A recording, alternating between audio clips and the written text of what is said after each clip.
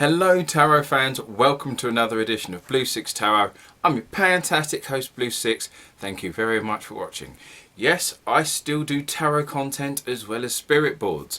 And as it's coming up to this time of year, where we start saying it's this time of year, I thought I'd do a nice little review of a lovely little pocket deck that's lovely for a nice little stocking filler for yourself or for someone you like. Or for yourself.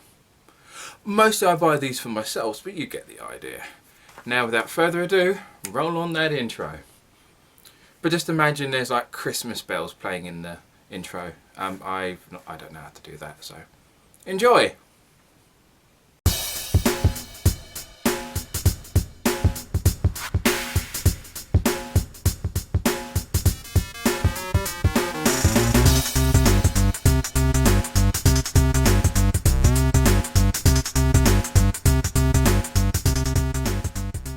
Okay, so today we are looking at the tarot, the complete kit.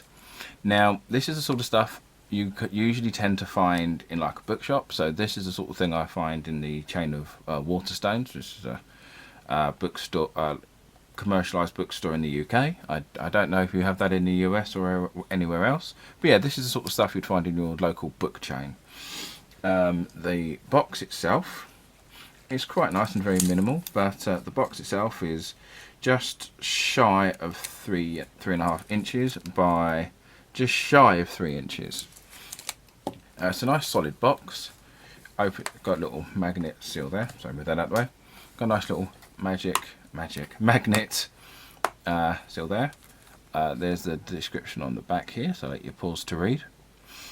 But ostensibly, this comes with a nice little solid box.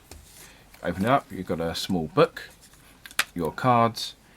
Now, this one's slightly awkward to open and even worse to close because there's a little bit of card, you can't quite see it there, but there's a little bit of cardboard just right by there. So every time you kind of close it, you kind of got to push the bit behind the cardboard rather than in front of the cardboard rather than behind, otherwise it gets stuck. That's the sort of look you get with this. Got a nice little handy book, and you basically just have picture of the card and a brief description, and so you just got a nice little breakdown there. So you don't really get anything particularly special, but a nice little introduction. Now I'm going to say this now and I'll say it later on in the video that this isn't really a deck for first time users. Because the artwork is quite minimal, it's going to be very difficult to read if you're buying this for yourself or someone else who's never really done tarot before. So this isn't exactly the best starter kit. However, it is a fun little table novelty for maybe someone who's got a few decks already. So if you've got 5 or 6, this is probably quite a little fun one just so you can kind of have something small kind of handy, but at the same time something can kind of challenge you just a little bit, kind of a nice fun deck to kind of learn as you go through. But enough about that, let's take a look at the cards. First of all, we're going to take a look at the cards, at least the back. So the length of them are 3 inches or 8 centimeters by about 2.5 inches or 6.5 centimeters. So they are very small, very pocket size. As you can tell on the back, it is pretty uniform, and you can't tell if they're inverted. Once again, as I like to say, I don't actually do inverted readings myself, but at the same time, I get why people do. So first we're going to take a look at the mages. They're upside down, see, told you. So first we start off with my favourite card, the Fool. And because of the art, because the cards are quite small, it's this very simplistic, kind of minimalist artwork. So we just have the Fool with 2 birds riding a little cat, which I think is pretty cool and quite sweet. And so of course you've got the number and then the name. So it's only in one language. So, but then as I said, I got this in like a local bookstore. So next we're going to take a look at the Emperor. I like the Emperor in this as he's just a little man's head on a boot. That's pretty cool, kind of sweet. Another thing you'll notice on the borders that they have got different colours. So the mages have purple on the corners. So next take a look at the Lovers. Now this one's quite nice as they're all kind of like entangled on a little vine there. I think that's quite sweet. Got grapes there. I think that's a book. Got a little symbol above there. These are quite nice and lovely. So next we've got the Hermit. I chose the Hermit because I like the fact he's just got a little kind of shell on their back there. Bare feet, so not really the representation with like a lamp, but just the idea of this is a person that just likes their own little space and can curl up in their little shell whenever they need to. So next we've got the Devil, and I like the Devil in this one. He's very dapper, really long shoes, I don't know why, and I like the fact he's got like a really long tongue and a really long nose. I'm not quite sure what it is he's got on his tongue there. I think it looks pretty cool. Got a little tail. I find this one quite amusing. Nice little gloves. And last we take a look at the world and the majors. Once again, very simplistic. I like the fact that they are kind of walking on a vine, and you've got what looks like oranges or tangerines whilst holding the world. That I think is quite nice and sweet. And now we're going to take a look at the aces. So the ace of all the cups have blue in their corners. And I like the fact that it looks like a nice hot cup of tea or hot chocolate. And you've still got the nice little kind of vines going around with some grapes there and a nice little flower there. So now we've got the pentacles. Once again, you've kind of got a green in the corners. Little vine pentacle there. And what kind of looks like dandelions. I always forget the name of the ones where you kind of just, yeah, I think it's dandelions. You pick them up and blow them and they get all the little, we used to call them little fairies. And when you find them, you make a wish. And then we've got the Ace of Swords. So I've got orange in the corners here. And the sword cutting the vine there, I think is kind of interesting. Once again, because it's an ace, they're still quite simple.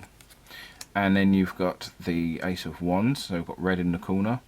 And a nice little pencil with like a couple of leaves and some grapes. Some fruit of some description. And just writing on a piece of paper, which I think is nice. Kind of showing a bit of creativity in that one. I'm going to take a look at one of each of the minors. So I chose the Two of Cups. Once again, incorporating the vines. So there's a lot of vines in this deck.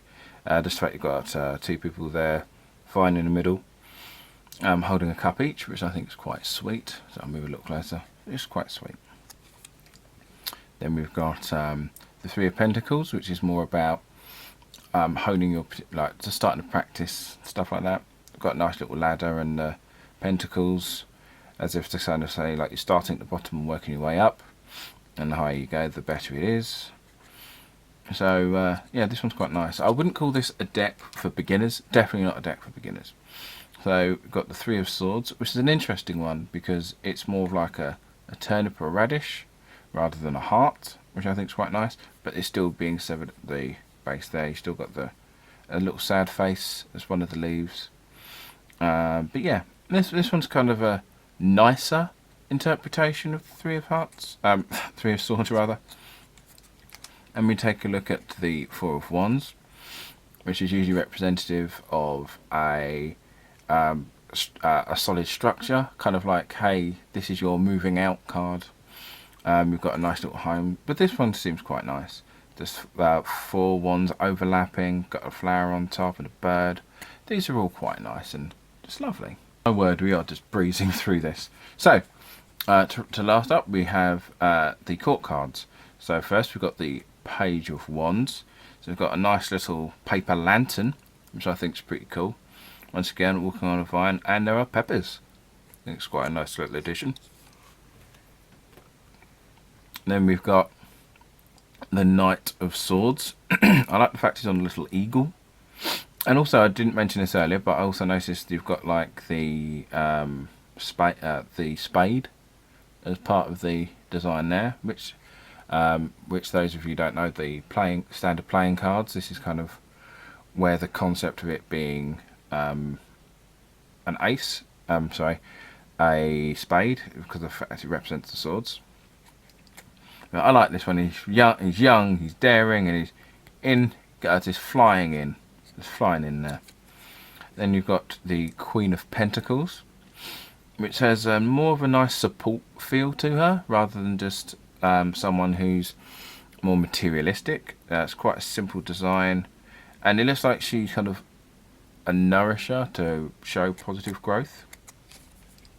Then we've got the King of Cups, which I like because he's just being swallowed by a fish. So he's not actually like a merfolk, he's just a man being eaten by a fish, which I think is quite clever.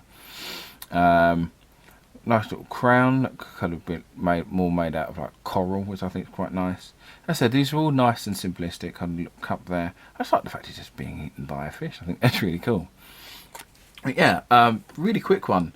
So once again, don't forget to like, share and subscribe, and I'll catch you all again on the flip side.